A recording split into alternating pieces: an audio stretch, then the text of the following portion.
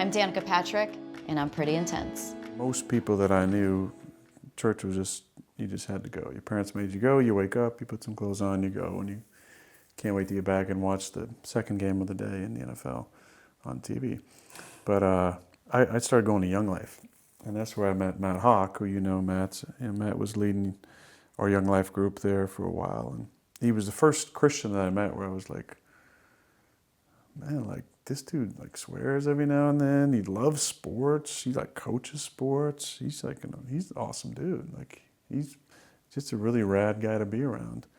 I kind of like, the way that he talks about Jesus and the way that he talks about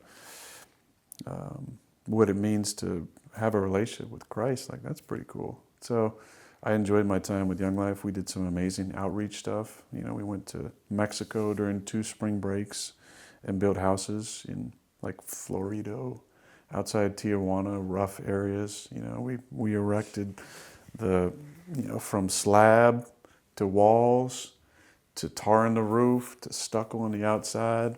Like we put together, homes for these folks who were living in, garage door sides, thrown together and stuff. And that was meaningful. That was like really meaningful work. And there's not really a Young Life for college. It gets into more organized, athletes in action or whatever it might be, campus organizations. And I just didn't find any connection points with those things and started questioning things and had friends who had other beliefs and enjoyed learning. That's kind of a part of my life. Had some good friendships along the way that helped me, to figure out what exactly I wanted to believe in. And ultimately it was that rules and regulations and binary systems don't really resonate with me.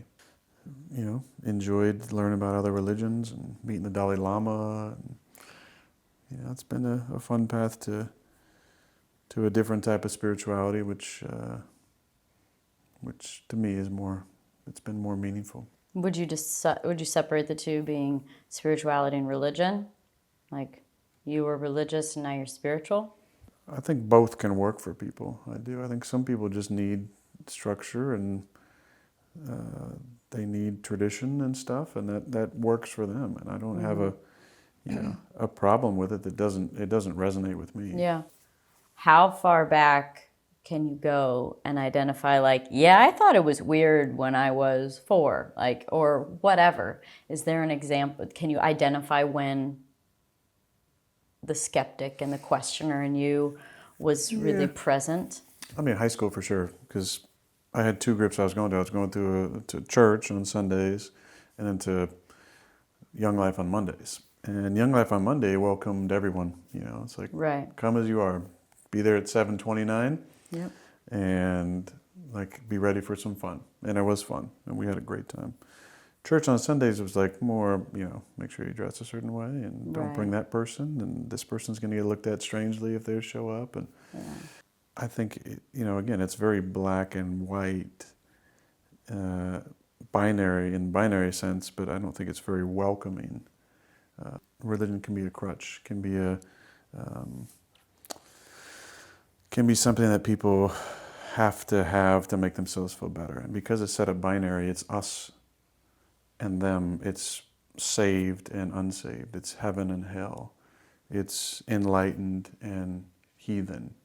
It's holy and righteous and sinner and filthy. And I think that makes a lot of people feel better about themselves. Is that, I got Jesus, and, I'm saved, and I'm going to heaven, and there's only 144,000 of us going, even though there's 7 billion people on the planet.